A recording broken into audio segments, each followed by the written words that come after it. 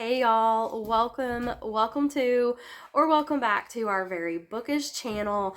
My name is Amanda and I run this channel with my friend Jen, and I must start this video off with an apology. Jen has filmed like 3 videos and I'm so far behind because as soon as I got back from my Christmas vacation, I got sick and I'm still not feeling very well.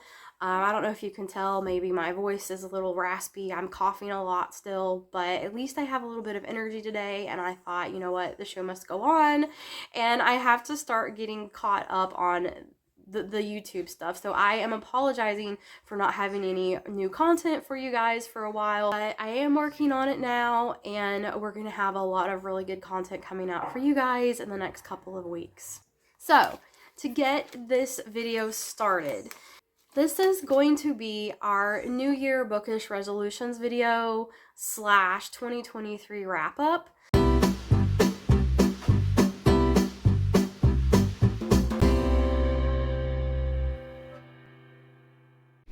Happy New Year and welcome to our recap of 2023, also bookish resolutions, and also going over a 2024 book challenge that Amanda and I are both going to try and get through a bunch of things that we listed for this coming year. It's like book goals, I think you can also call it.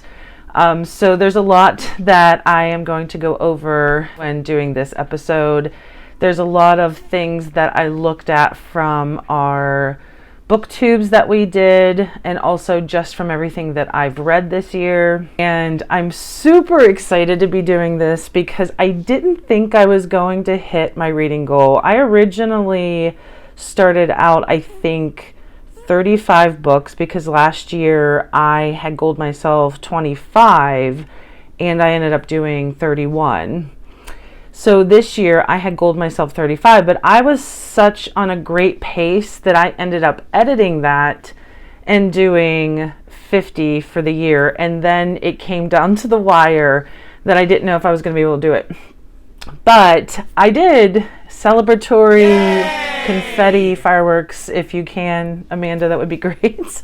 So I did end up hitting 50, and probably Ruthless Vows is going to be my number 51 for 2023. So for this coming year, my 2024 goal is to hit 50 again. I'm not going to try and stretch that goal. I'm not trying to stress myself out. I actually think 50 is a really fair goal for me. I definitely have read more because of us doing this YouTube. And I feel being focused and doing that, I probably will hit that 50 comfortably. I might go over it, I don't know, but I don't want to stress myself out. So I think 50 is just right for the amount of work that I do and how many hours I'm at work and everything else that's going on in my life. I think 50 is a realistic goal, so I am sticking with 50 for this coming year. And I'm just very excited that I did hit 50 books this year. To summarize 2023, so how many books did I read in 2023? According to Goodreads, I read 111 books. Crazy. That is insane to me. So I used to read around 20 books a year, but in 2022, I read 55 books. And so for 2023, I set my goal at 50 books. And Jen and I decided to start our YouTube channel. And then I found out like halfway through the year, I had already read my 50 books. So I increased my goal to 100 books for 2023, and that seemed really scary to me. I did not think, oh my God, how can anyone read 100 books in a year? I don't know how that's going to happen, how it's going to work out, but I set that as my goal, and I can't believe I read 111 books. I cannot believe it. I do the audiobooks, so a couple of books a month, at least of the 111 books, is audiobooks. So it's not that I sat and physically read 111 books. So some of that is audiobooks, and I do mention when I do my recaps which books I listen to on audio. So that's not not to take away from the 111 books, and not that audiobooks isn't reading, but it is easier to multitask when you can listen to a book and drive your car, or listen to a book and do your dishes or clean your house. And so you're kind of reading and doing other things at the same time. So that does help with time management, and it has helped me immensely fit in all these 111 books. So for 2024, I've set my Goodreads goal again to 100 books. I don't really want to stress myself out and push it higher than that. I know that 100 books is, I'm capable of doing 100 books since I did 111 books this past year. So I think that that's a good goal to set. I just want to maintain that reading level. I think that's a good level. We've read a lot this year. A lot of it is for the booktube. That has definitely increased it. If I hadn't started this booktube channel, I don't know that I would have gotten all 111 books that I read last year. So for 2024, I'm just going to stick with 100 books again as my reading goal. And maybe in 2025, if I surpass my 100 book reading goal in 2024, maybe I'll up it a little bit more, but we'll see. For this year, I'm setting my goal at 100 books. So everyone's always picking what their favorite books are, what their top 5, top 10. And I debated for a little bit as to what my top books are. But the one that keeps coming right to mind as soon as I think of my favorite book for this year, and it's Divine Rivals. That is my top book for this year. I loved this book so much. It was so well written, and the story was just riveting to me. It had so many elements that I love in a book. There was the mythological aspect, there was a love story in here, and I just feel this book was just my favorite. I just loved it. There are some very close books to how I felt about this one. Definitely, as you guys know, me and Amanda are very huge Fourth Wing fans, so I definitely loved Fourth Wing, definitely in my top 10. I love this book. I wasn't as excited about the sequel to Iron Flame. Iron Flame didn't make my top 10 for this 2023 year, but Fourth Wing for sure. I loved discovering this book. So thank you to Allie out there who had recommended Fourth Wing to me, because I don't normally read fantasy that often, and this is technically romantasy. I don't think I would have picked it up if it weren't for her very avid review of this, and she just talked so highly about this book, and it was worth it. I think she was 1,000% correct about this book. I loved it so much. Very glad we had a chance to read it this past year. So this is definitely in my top 10. Some other books in my top 10. One I just read recently that I didn't do a vlog on yet, but I was sick recently. I ended up picking up a couple books towards the end of my quarantine and read through them very quick. One of which is The Good Part by Sophie Cousins. And it very quickly went into the top books of my year. It was just such a great story. It was very similar to the movies 13 Going on 30 and a couple other movies. I mean, I just thought this was such a cute book, and I was riveted the whole time. It took me hardly any time to finish reading this one, and it made me want to read other books by Sophie Cousins. I originally had this in my most anticipated when we did one, I think, for October, November, or September, October. I don't remember which one, but I had seen a review of it, and it just intrigued me. I thought it was a very interesting plot where this girl is in her 20s and she comes upon a wishing machine, and she wishes to go to the good part of her life. And when she wakes up the next day, she's in her 40s, married with kids, and she starts obviously freaking out because she didn't expect that to really work. But it's so cute. I love this book so much. Definitely 5 out of 5 stars for me, and in my top 10 for 2023. Also in my top 10, The Wonder State by Sarah Flannery Murphy. This was a vlog that we did where we had to choose a book that we thought was going to be 5 stars. It was part of what we do monthly as like a mystery TBR item where we don't tell each other what it's going to be. And I fell in love with this book. This book had so many different elements to it. It had some like science fiction fantasy element to it, obviously like a general fiction to it. And there was a murder mystery in there as well, thriller. I just felt like it was very interesting in how this plot happened and where it went, and with a lot of magic involved.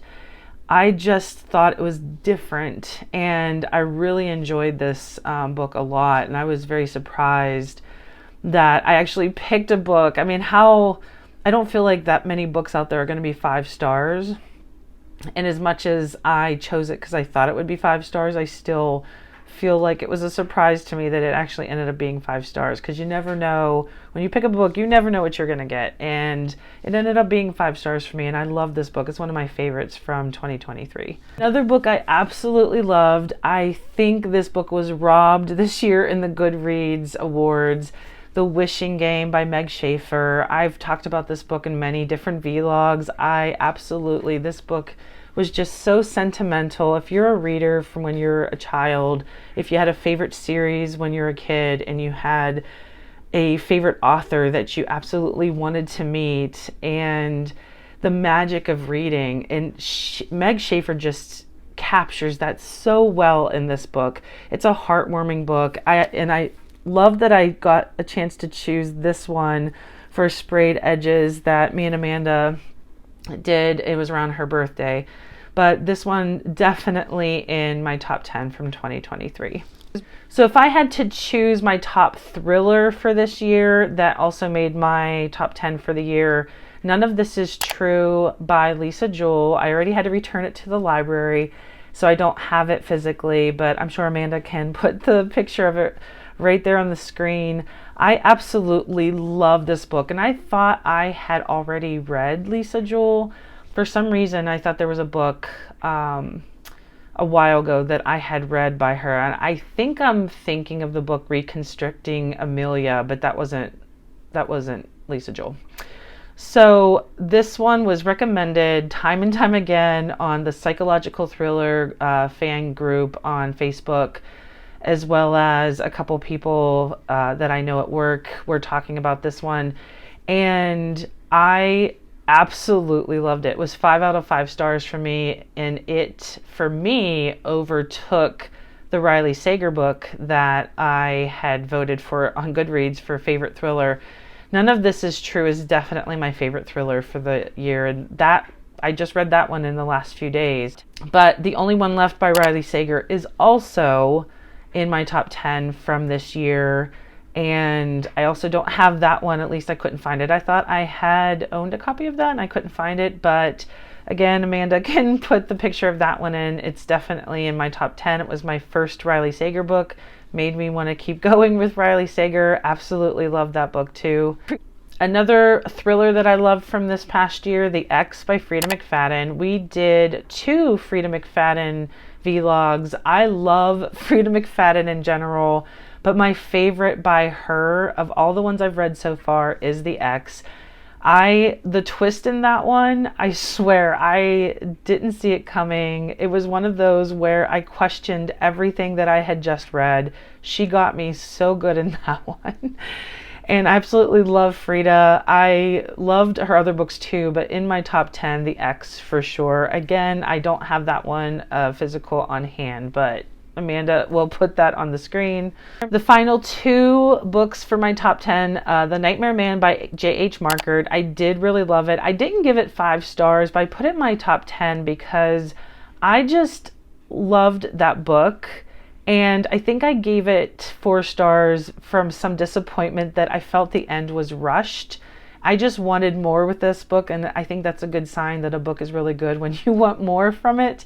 And I really enjoyed that one a lot. It started off my year because I read that back in January, and it definitely deserves to be in my top 10 because I thought it was really well done. And I read the second book that J.H. Markert wrote recently, Mr. Lullaby, and though it didn't make my top 10, I did enjoy that one too, but I definitely by far loved The Nightmare Man more. And I think it made me realize how much I loved it when I read the second one too. And last but certainly not least, because it is a horror book, so it was my #1 horror book in my opinion from this past year, is Looking Glass Sound by Catriona Ward.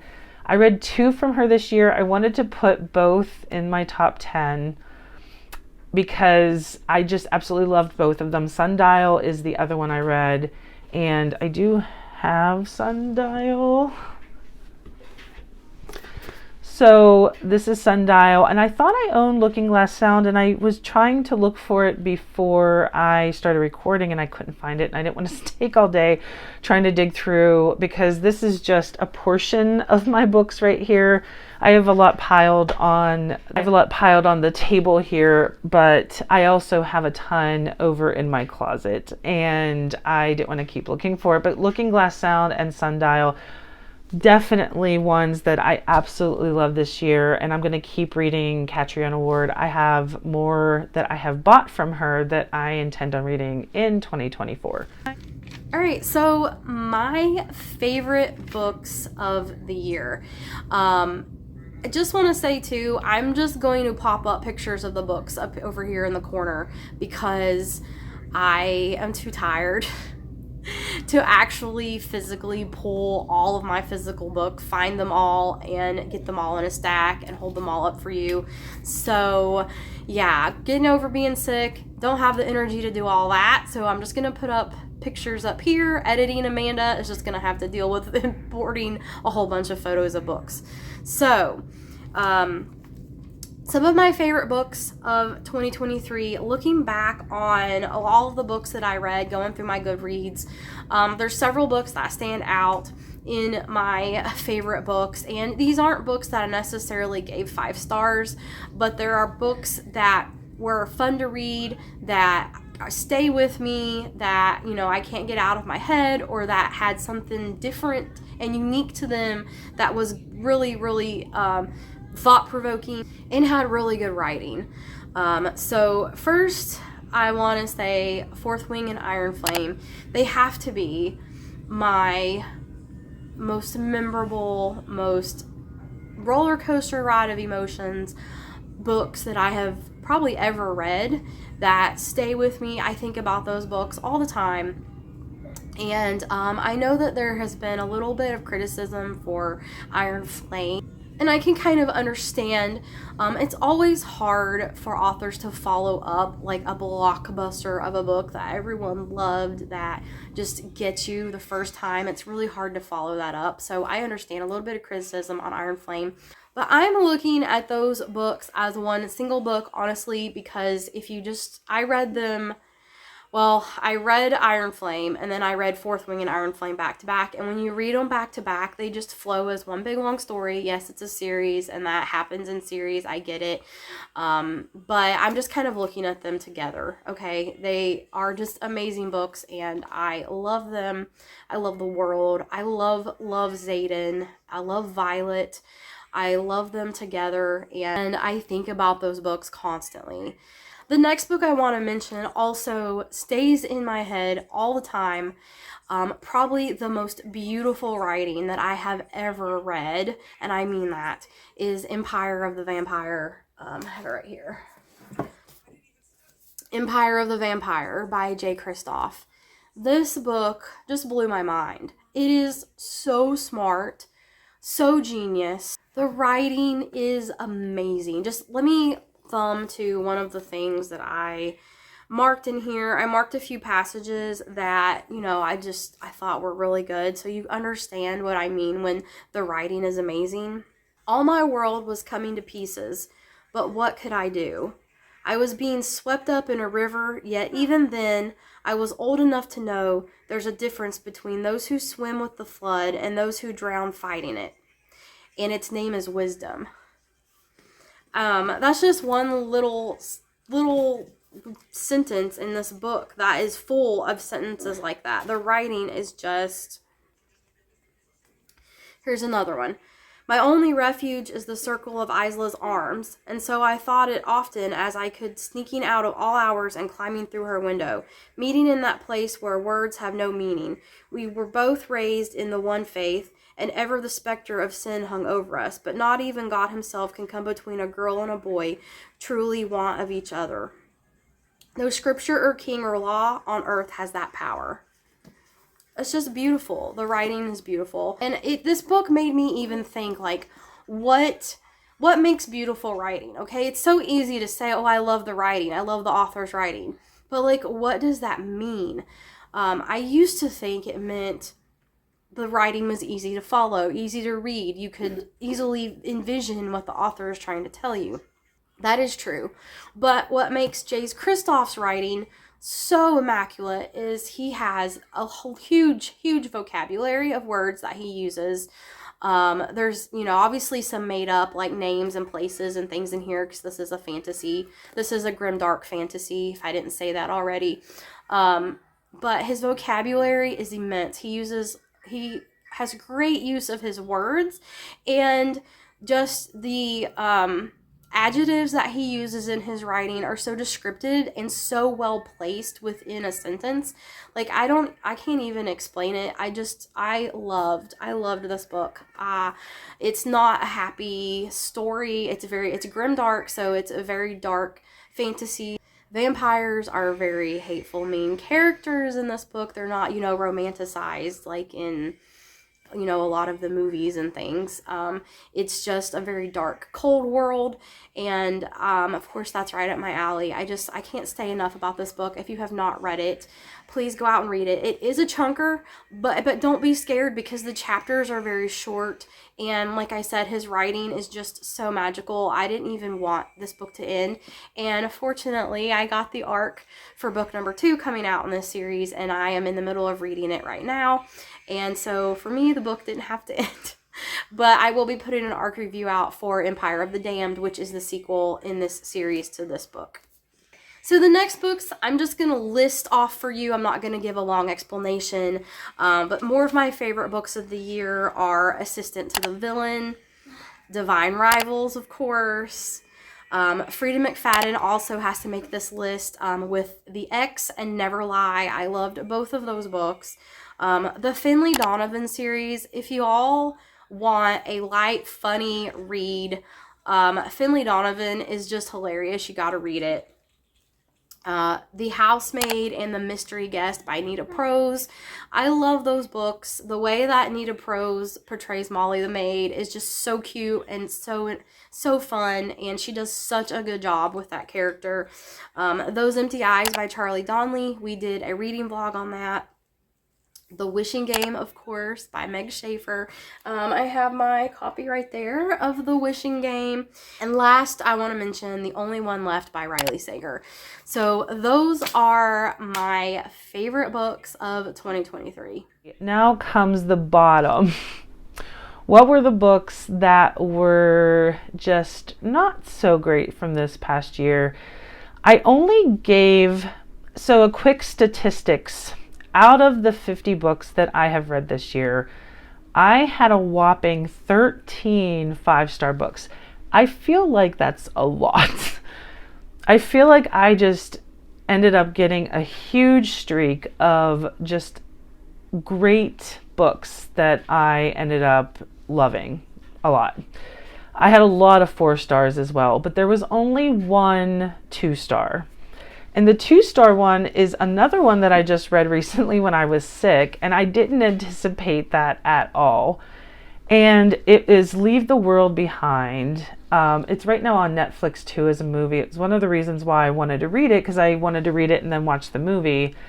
And this book, the reason why I gave it 2 stars, I feel that it repeats itself a lot in terms of a device where it's really just trying to, I don't want to say trick the reader, but it's really trying to make the reader wonder what's coming up or what's happening and draw you into the rest of the book. And it did it first. but I feel like it got old quick, and it kept doing the same things again and again and again. And it was just aggravating me more than anything else. And I feel like there wasn't a lot here. And sometimes that works where you don't give a lot in order to make someone uneasy or to make them wonder what's happening. Maybe it was because I was already sick with COVID and I was irritable because of that, but it was really grating on my nerves. It was not making it feel like it was a good book. And then I watched the movie on Netflix, and they actually put into the film the things that this one left out. So it did change what the book is, and it doesn't do what the book was trying to do where you don't know what's happening. It tells you what's happening. And I did like the movie more than the book. I don't know if I just wanted to know what was happening. I don't know if that's the point of it, but this is my lone 2-star read for the year, and that really shocked me. I honestly thought I was going to love this book, and I did not. I did not like this. It's in my bottom 3. Another bottom of the barrel book that I read this year that you guys already know about is my mystery Halloween spooky read that we did back in October. I gave it 3 stars, not 2 stars. And again, it was repetitive. I guess that's a thing that I'm just not a fan of, when it keeps repeating itself. I really wish I wouldn't have picked this one as my first Agatha Christie. I do still intend on reading the better known Agatha Christie books. I just thought any Agatha Christie was going to be good, even if it wasn't one of her more well known. And no, that's not true. This one, not a fan. Not a fan at all. Did not like this one. And then the third book that was at the bottom of my list for this past year was The Rachel Incident. I don't own a copy of that. I do not want to own a copy of that. It just, again, it was grating on my nerves. I feel maybe because it was about a girl and her friend and when they were in their 20s in college, and you do see it when she's older and she's like reminiscing back because of something she finds out. But maybe I just don't have patience or tolerance for those types of problems anymore when you're in your 20s, and relationships and how messy they can be. And I just thought the main character was just really someone not like you don't like. And I didn't like how selfish she was. And I know a lot of people in their 20s end up being that selfish, but they're learning through what they're going through. But I was not a fan of that book. I did not enjoy reading it, and it was at the bottom of my 2023 books. So looking through my Goodreads, of the 111 books that I read, I gave 11 5-star reads. And of the books, and Jen also wanted to talk about maybe like 2-star books. And of the books that I didn't DNF, and we will get to DNFing in a second, but of the books that I did not DNF, I gave 11 2-star reads. So it's actually pretty even between my 5-star reads and my 2-star reads. If I DNF a book, it's a 1-star. It's just automatic. It's a 1-star. So least favorite books of 2023 that I did not DNF is Starling House by Alex E. Harrow, A Flaw in the Design by Nathan Oates, and Untethered Sky by Fonda Lee. I have talked about all 3 of those books in my wrap-up videos and what I did not like about them, so I'm not gonna rehash it all here, but in summary, I just did not enjoy those books. I did finish them because I wanted to see how they ended, but just not happy with those books. And very quickly, I'm going to run down a list of books that I DNF'd in 2023. I'm not going to explain every single book and why I DNF'd it, but obviously I felt like while reading the book that I was not having a good time and it wasn't worth my time to finish it. So take that as you will. I have Some Questions for You by Rebecca Makkai, The Writing Retreat by Julia Bartz, The Hunting Wives by May Cobb. Okay, I said I wasn't going to talk about them, but this one book I am going to talk about. The Hunting Wives. Don't read it. Just don't. It's garbage. I'm sorry. But that's probably like my most disliked book of all of time that I have read. I just found that book disgusting. And not disgusting in a good way. Like, ooh, that's disgusting. It's such, like a horror book disgusting. Disgusting as in turn your stomach. Don't read it. Just don't even try it. The Scourge Between Stars by Ness Brown. The Ocean at the End of the Lake by Neil Gaiman. Starbringer by Tracy Wolff. The It Girl by Ruth Ware. Bright Young Women by Jessica Knoll. The Future by Naomi Alderman. Christmas Cupcake Murder by Joanne Fluke, and Delicate Condition by Danielle Valentine. So those were all my DNFs. I DNF'd them for various reasons. Not every book was DNF'd for the same reason, but again, I'm not going to get into it and just completely roast these books. I'm sure a lot of people liked them. They just were not doing it for me. Another element I wanted to go over my 2023 books were books that I had intended on reading but did not get to, and I really want to still read them in 2024. And I feel like there's too many. Hard to choose which ones. And unfortunately, I have a whole pile of books that I want to still read and don't want to give up on. Now, I did look at all of my TBR videos, and out of 53 books that I talked about in TBRs, I did read 30 of them, which I think reading over, half of that, like of 53, I read 30. I think that's pretty decent. It was more than I thought it was going to be. So some of the ones that I don't want to give up on, and I want to say it might have even, some of these might have been on 2 TBRs. I don't remember that part. I should have made more notes. So How Can I Help You by Laura Sims. I still really want to read this. I still love this cover. I think it's a really unique cover with the library card on fire. I really, and it's a short book, I really want to still read this in 2024. This one makes sense. It's a arc. It's not even out until January. I'm pretty sure Amanda has this one too, and we talked about possibly doing maybe something with it. The Book of Doors. Another arc I have, and now it's out. It's not even really an arc anymore because the book is already out. What Wild Women Do by Karma Brown. I read her first one and I really loved it, so I still really want to read this one. I am a fan of Jennifer Hillier. I read a couple of her other books. I went over this one I think in 2 TBRs, but Wonderland. It takes place at amusement park, and she does write like thrillers, horror. I still really want to read this one. A general fiction one that I bought a while ago. A lot of praise was on Elizabeth Strout in general, but also this one, My Name is Lucy Barton. So I've really wanted to read this one. And she's won a Pulitzer Prize. And again, it's not that big. I feel like I can get this in 2024. And then another one that I had on a TBR, The Push by Ashley Audrain. I have heard nothing but good things about this. It's another fiction, but it's like a psychological literary thrillers.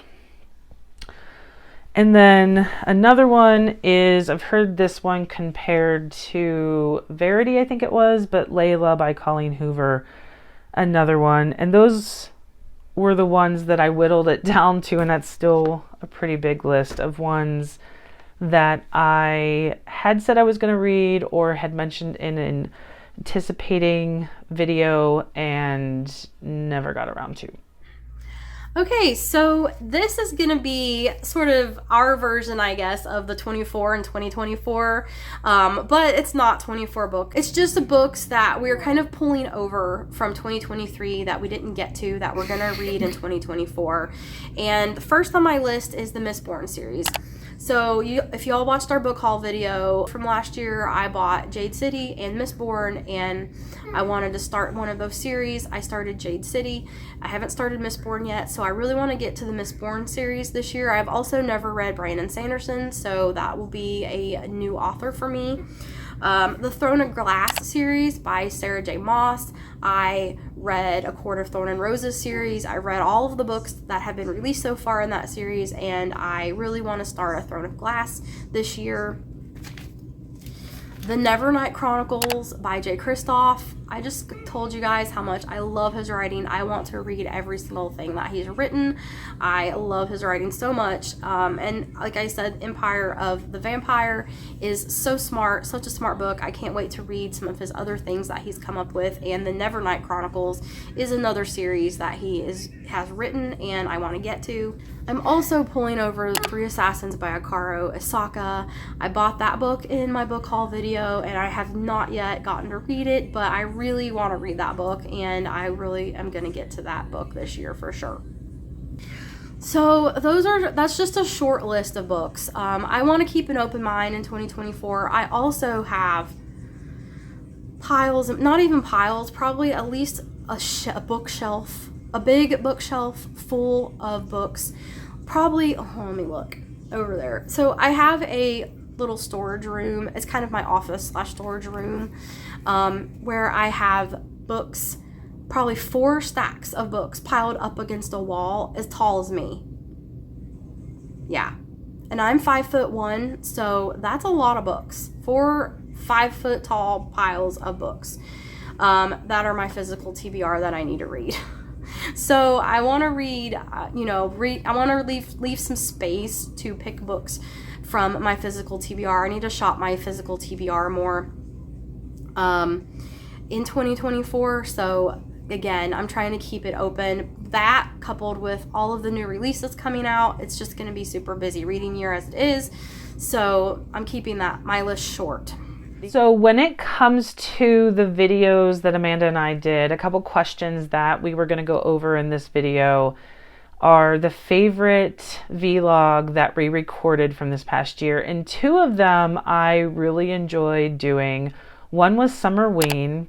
It was like a book tag video, but I'm a big fan of the fall Halloween season.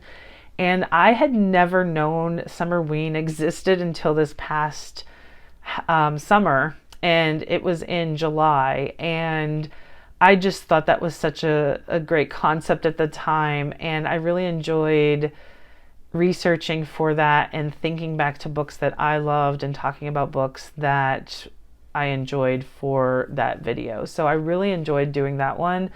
But in terms of like a vlog that we have done this past year, my favorite one I think is Fourth Wing, because we read it when that book first came out and it wasn't as hyped at that point yet. As I had talked earlier, Allie had talked it up to me so much, and then I told Amanda about it and we just fell in love with that book. I mean, it was so fun to record while reading that book. And I thought it just ended up being a really good vlog. So if you haven't seen that vlog, I would suggest watching it. But I loved making the Fourth Wing one a lot. All right, so my favorite vlog to record. When I think about all the reading vlogs we recorded, the one that's most memorable and was my favorite was the Frida McFadden Part 2 vlog. And that's because I got to film that vlog when I went on vacation to the beach. I just thought it was so fun, and it was really, really cute how the coworker, which was Frida's new release when we filmed that vlog that we read, mentions turtles. The main character in the book loves turtles, and then when I was at the pier on my vacation, I got to actually see a sea turtle. And I just thought that was sort of serendipitous, and I just loved filming that vlog, and I love looking back on it because, again, it was part of a vacation, and I just had so much fun filming.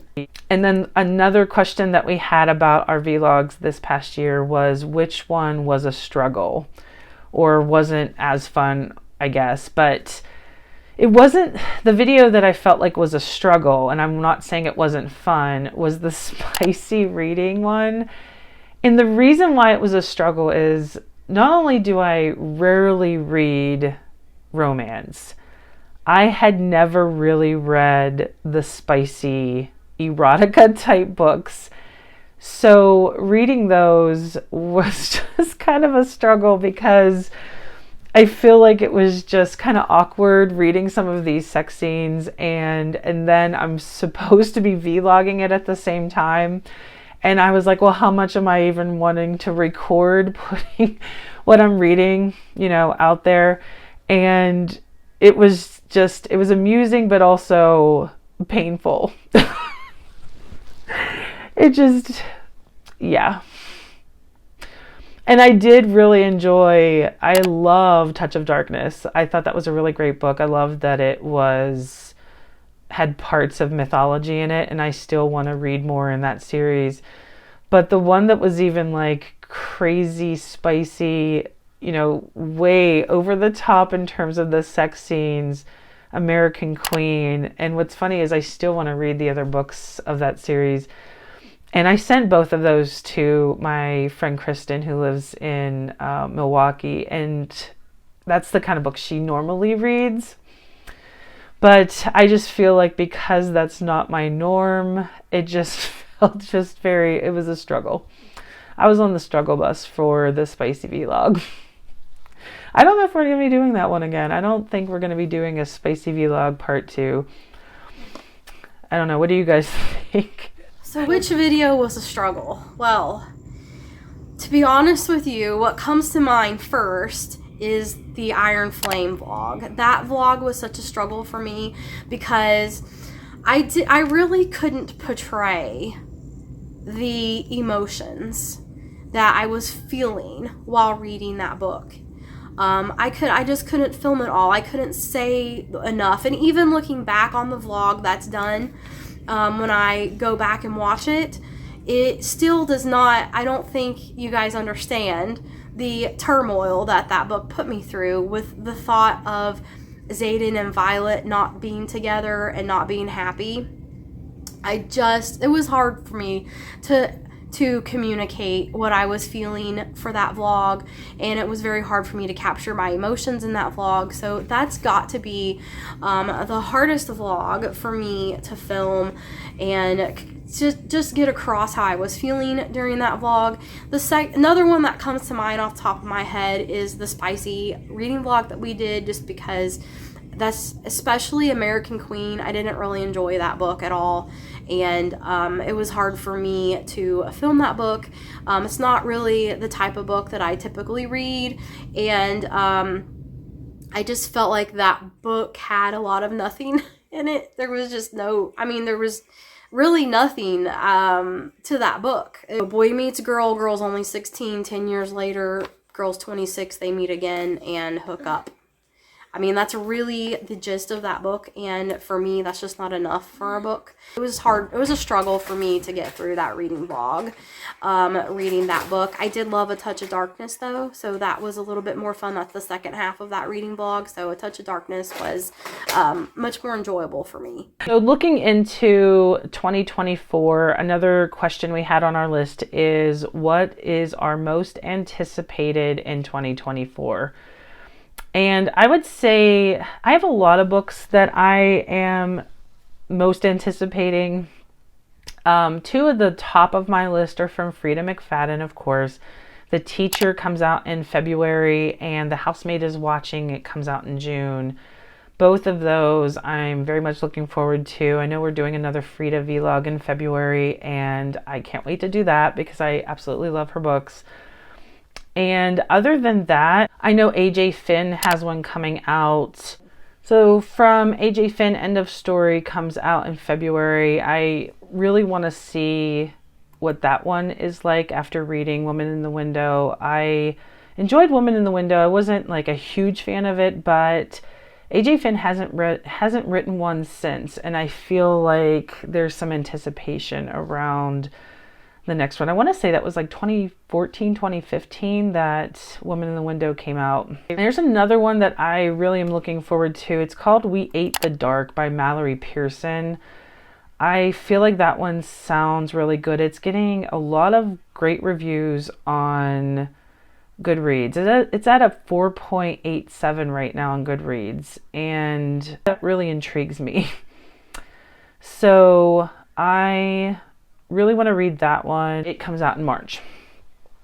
So those are the ones that I am most anticipating right now. I mean, I could go on and on and on. If you guys watch our most anticipated, I can't calm myself down about things that are coming out. And hopefully, maybe we'll get the next one in the Fourth Wing saga.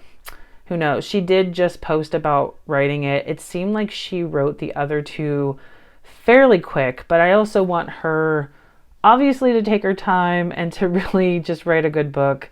And even though I wasn't a huge fan of Iron Flame, I still enjoy reading that series, and I very much want to see what happens next. I have a lot of anticipation as to what will happen.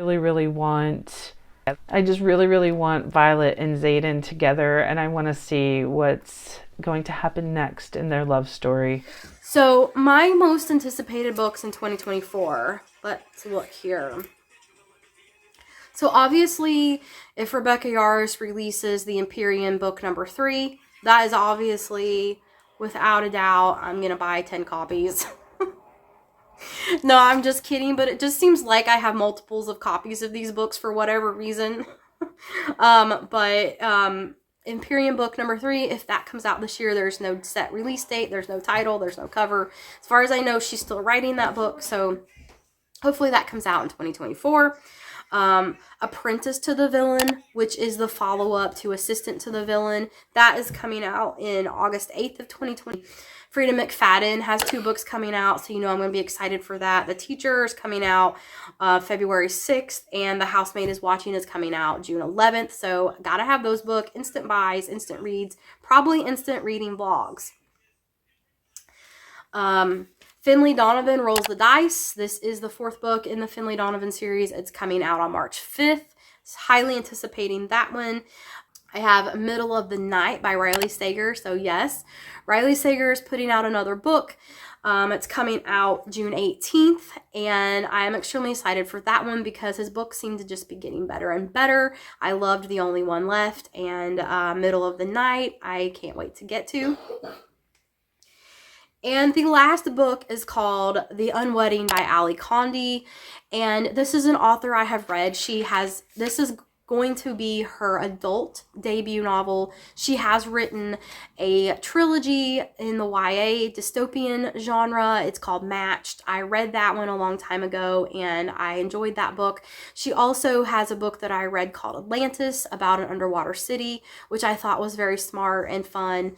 Both of those are YA books. This book's going to be her adult debut. So that is another book that I can't wait to read in 2024. So the next part about our video, Amanda and I talked about doing a challenge for this year and just having some like book goals of what we would love to read this coming year. It's not meant to just be like a laundry list of things to check off, but things that we genuinely would love to read this year, and just kind of broadening our horizons in what we want to read. And I think both of us I think we're each going to try and do some that we individually want to do, but I think some of them might overlap, and it's like goals of what we want to do too with the vlog. So I'm going to read down some of the ideas that we have for this year. The first one is one I really wanted to do last year and I just didn't get to it. So that's why I'm calling it like a bookish resolution. It's one of those things that you keep meaning to do and you're not getting to. So typically New Year's is when you're making resolutions for your life. So this is my bookish resolution. I loved classics when I was a kid. I ate them up. And weirdly, I was a huge fan of things like Moby Dick, which, you know, who as like a 12, 13, 14-year-old loves Moby Dick, you know? I mean, I definitely loved other fluffier things, Sweet Valley High, Babysitter's Club, but classics were something that I absolutely loved when I was in middle school and high school. So for this coming year, I want to read a classic I haven't read before, because there are several that I have not read, even though I loved classics when I was younger, and for whatever reason weren't assigned to me, even though I was an English major, they weren't assigned to me in any of my classes in high school or in college. A couple examples, no judgment. Frankenstein, I have never got a chance to read Mary Shelley's Frankenstein, and the one I feel is worse, and for some reason my school we never read it when I was younger, is Harper Lee's To Kill a Mockingbird. People are always so shocked when I say I haven't read that one.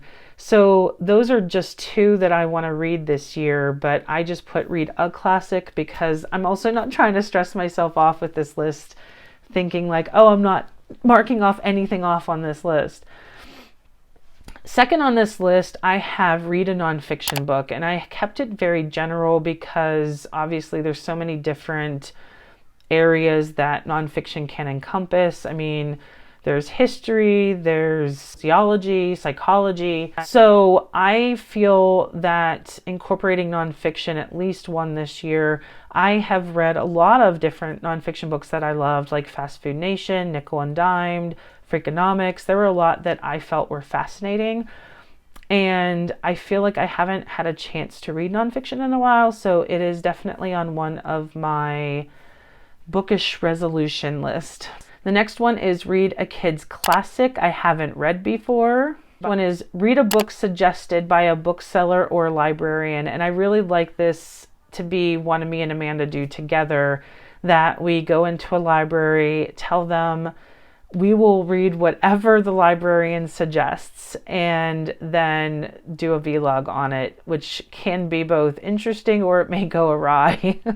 We've talked about this in the past, of doing an episode where we get our boyfriend, and for her husband, where they would recommend a book to us to read. Most likely my boyfriend would do something with, like, I don't know, pirates or something. I feel like he would pick something just crazy out of the ordinary for me to read. We also have on the list read a book suggested by a booktuber, that we would connect with another booktuber out there and have them pick a book for us to read and do a vlog on. The next one I really like because I see these often when I go into bookstores, but we would go pick a blind date with a book, because those are the ones they have wrapped and with minimal description on the outside, so that you're picking it truly for a description versus the cover. I have a feeling Amanda might. I feel like she would have a trouble with that one, since she is very much in love with book covers. But I feel like that would make a really interesting vlog for us to unveil what that book is. And then on the opposite end, I have go to a bookstore and pick a book based solely on the cover title and don't read anything about the description, which I also feel could go awry. I know there's certainly been covers that I have been drawn to, and then I don't read much about the description, and then I'm reading it, and sometimes that doesn't go the right way. Doing a vlog on reading a book we anticipated in 2023 but never got to, which I've already gone over a whole stack of books that I have never got to. The next one is the one I really, really want to do, because I think it would be interesting, is go to our want to read shelf on Goodreads, and you can filter it so that you go to the lowest rated one on Goodreads and then the highest rated one on Goodreads, and read both of those and then talk about the difference. If we agree with the high rating, do we agree with the low rating of each of those books? This one is read a genre we haven't read yet ever. And some of the ones for me, I have never read a Western, I have never read a cozy mystery, and I have never read a manga. Those were the three categories I could think of that I've never read in, because I feel like I read a pretty big area of books. I don't just read just psychological mysteries. I know I tend to be drawn to them, but I don't just read those.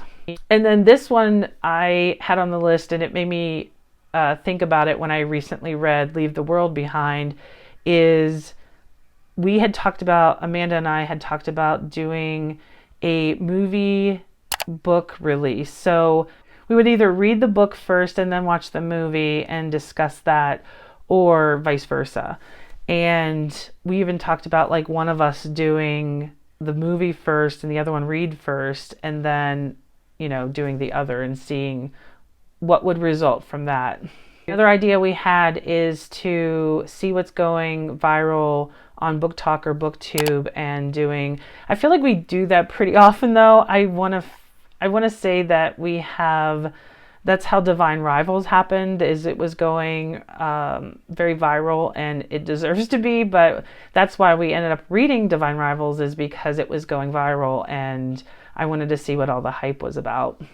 Another one we have talked about for a while, I had this idea a few months ago, is read a book by a local author. Last one I had on my list is just go to the library and choose a book just by browsing in the library. I think that one was more in the line of when we were going to ask a librarian. I think I would rather ask a librarian for suggestion. So those were our book challenge goals for 2024. So, in addition to the New Year bookish resolutions and book challenges that Jen mentioned that we want to do in 2024, I have a few of my own. One is I need to read down my physical TBR. I can't even buy more books. I know we're doing a book haul video, so I am going to be buying some more books. And of course, when new books come out that I want, I'm going to buy them. But I'm going to try to not buy so many books this year and read down my physical TBR. I mentioned before, it's embarrassingly big, at least 100, probably 200 books at least that I have that I need to read. So that's years and years of reading that I've already owned and are in my possession, and I just haven't read them.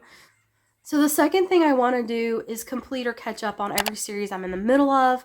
I have so many series that I've started that I need to finish, and that is one big goal I have for 2024. I'm a completionist, and it bothers me when I haven't completed the series or at least caught up to where the author has stopped writing and is working on the next one's coming out. So that is a bookish resolution for me. Another thing that I want to do in 2024 is sort of read books outside of my typical go-to comfort genres. One thing that comes to mind is sci-fi, and I did mention it in my January TBR.